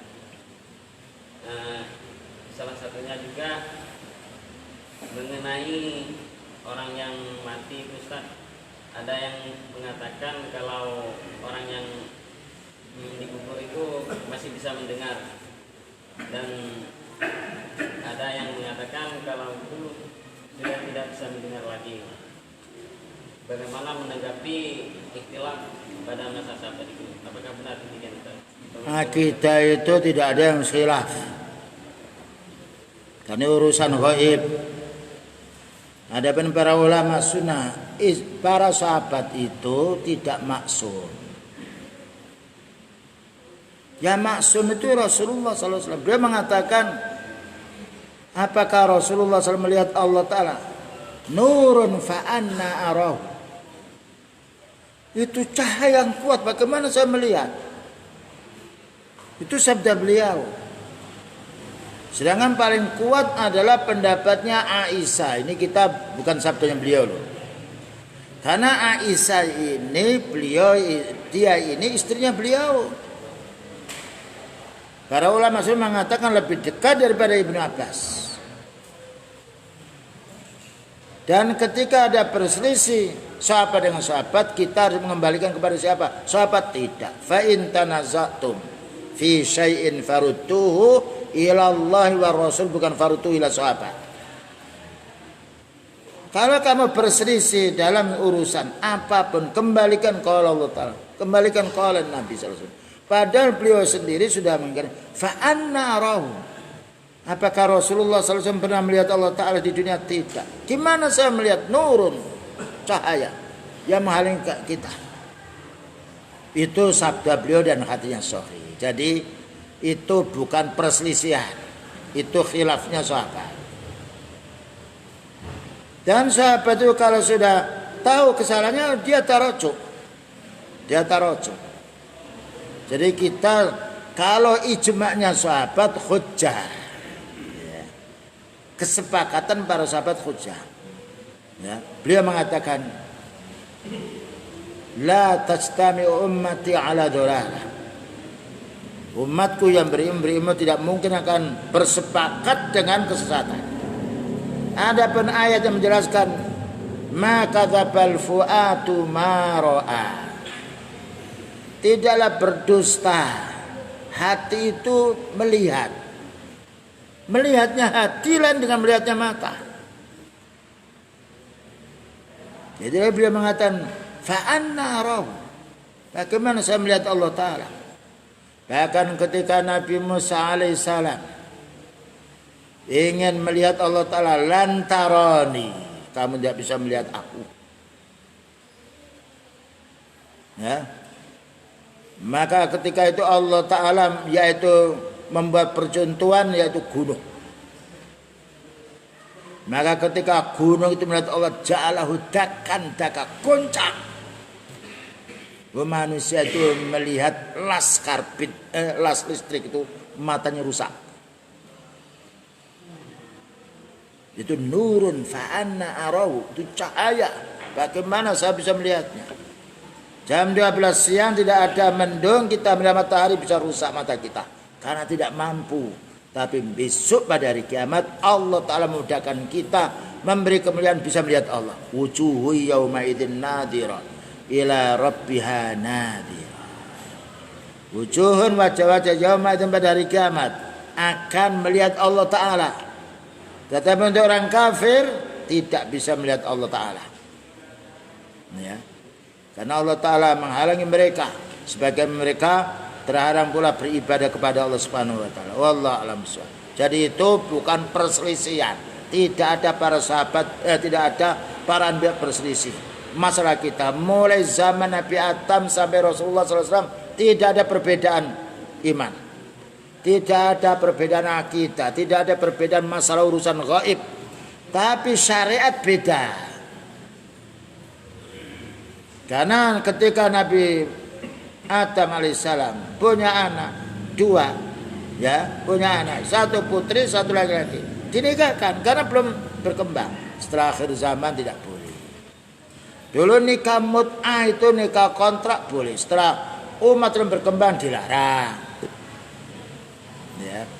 Jadi syariat memang ada perubahan, ya, yang merupai Allah Ta'ala, karena Allah Ta'ala maha tahu tentang hambanya. Dulu sholat 50 kali, kita dibuat 5 kali, pahalanya seperti 50. Nah, kita tidak ada perselisihan. Mengatakan perselisihan itu orang tidak punya ilmu. Bayangkan rukun iman, rukun Islam sejak dulu dakwanya para anbiya semuanya tauhid. Nah, syariatnya ada yang beda. Wallahu a'lam bishawab. Ya. Waalaikumsalam warahmatullahi wabarakatuh.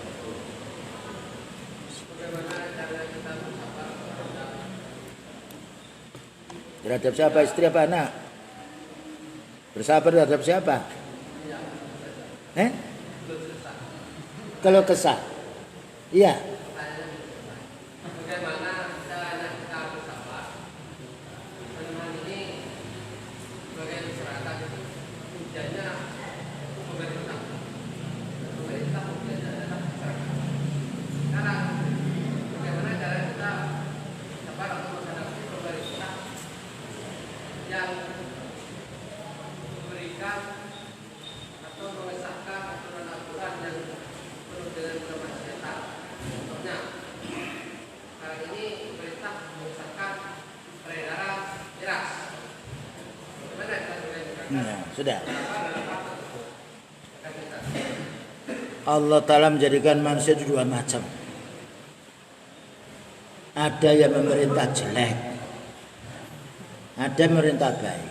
Surat At-Taubah Allah berfirman, wal mu'minuna wal mu'minatu ba'duhum awliya'u ba'din ya'muruna bil ma'rufi wa yanhauna 'anil munkar.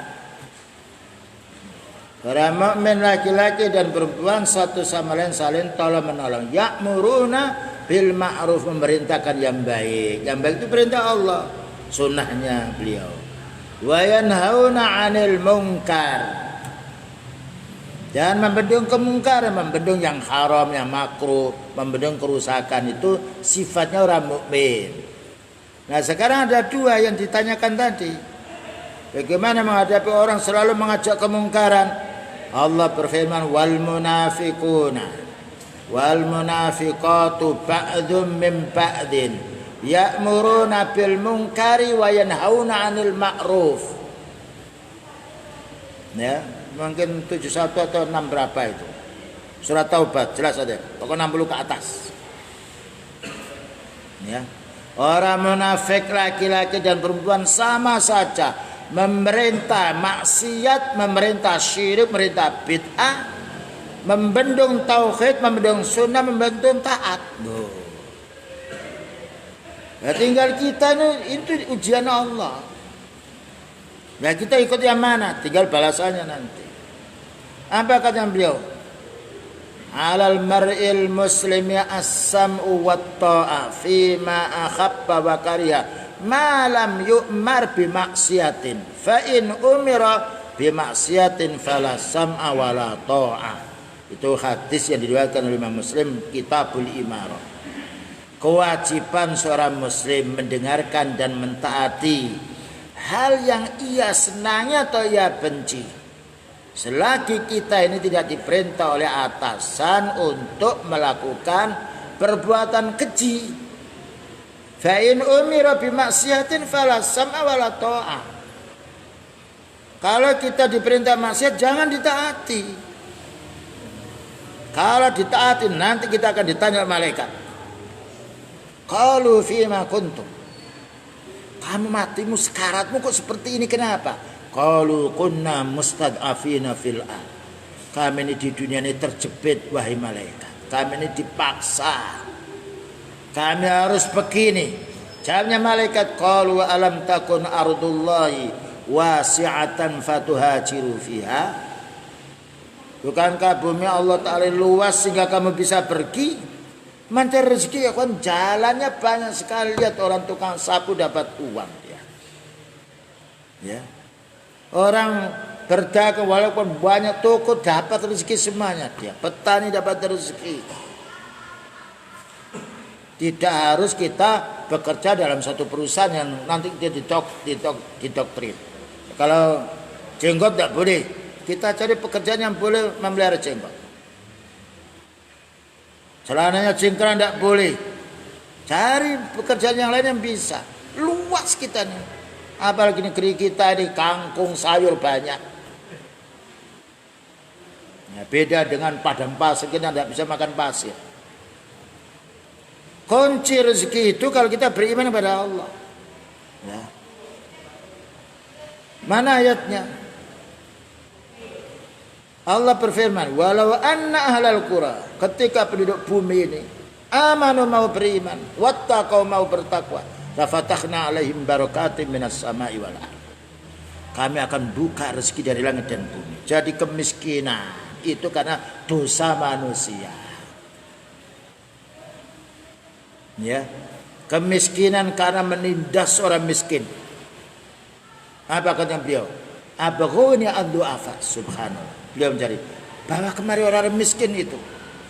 Hal tunsaruna wa turzakuna illa bidu'afaikum. Kalian para sahabat tidaklah dimenangkan oleh Allah Ta'ala melawan orang kafir. Dan tidaklah kamu mendapatkan rezeki melainkan karena menyantuni orang-orang miskin. Sekarang orang miskin ini jadi nampaknya orang-orang kaya, tidak boleh. Ya. Jadi rezeki itu datang dengan ketakwaan, dengan ibadah. Ya. Bayangkan Nabi Ibrahim tinggal di mana? Di Mekah, penuh batu, mohon kepada Allah. Rabbi ja'al hadha balatan amina warzuq ahlahu minas samarati man amana billahi wal yawmil akhir. Qala wa man kafara la'inati. Mohon Nabi Ibrahim, ya Allah, berilah kami ini rezeki, jadikan negeri ini aman. Berilah rezeki, katanya Allah Ta'ala, aku akan beri rezeki kalau orangnya mau bertauhid.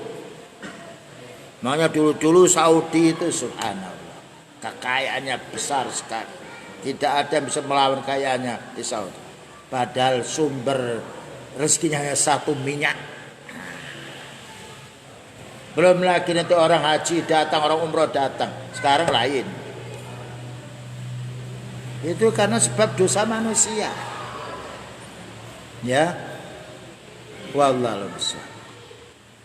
Jadi kalau diperintah masa jangan mau kita besok bukan bertemu dengan orang loh. Bertemu dengan malaikat. Akan ditanya kita ini. Jadi ada orang yang mengajak kita supaya mengamalkan kejahatan itu memang ayatnya ada. Jumlah orang munafik lebih banyak dan itu orang-orang yang mengaku dirinya muslim, tapi muslim dohirnya, hatinya kufur dia. Jadi jangan heran kalau ada orang muslim mengatakan agama itu sama. Kita tidak perlu masuk masjid. Itu sejak dulu. Mana ayatnya? Maka nalil musyrikina ayya'muru masajid Allah syahidin ala anfusihim bil kufri. Tidak mungkin orang musyrik kafir itu memakmurkan masjid, karena hatinya sudah kufur. Tetapi yang memakmurkan masjid siapa? Innama ya'muru masajid Allah man amana billahi wal yaumil akhir wa aqamas shalah. Yang memakmurkan masjid Allah itu orang bertauhid. Ya. Orang yang beriman kepada Allah dan beriman adanya hari pembalasan. Jadi bukan hanya sekarang saja orang ada bingung jangan ke masjid. Saat dulu sudah begitu ada. Itu ujian dari Allah.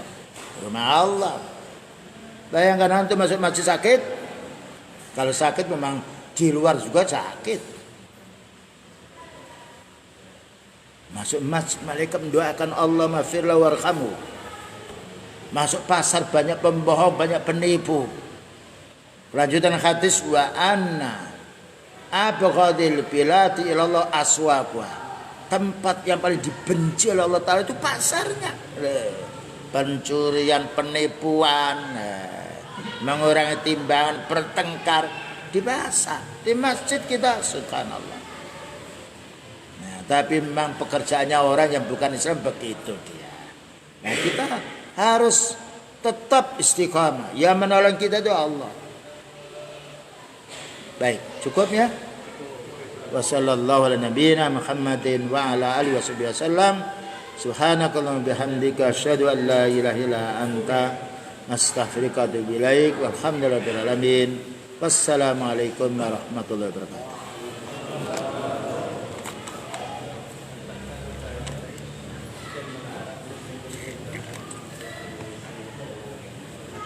Jazakallah. Sudah Masa tulisan. Sudah ada tulisan di sini kalau sepaket ini hanya satu kali selesai. Maksudnya Tidak perlu dipanggil.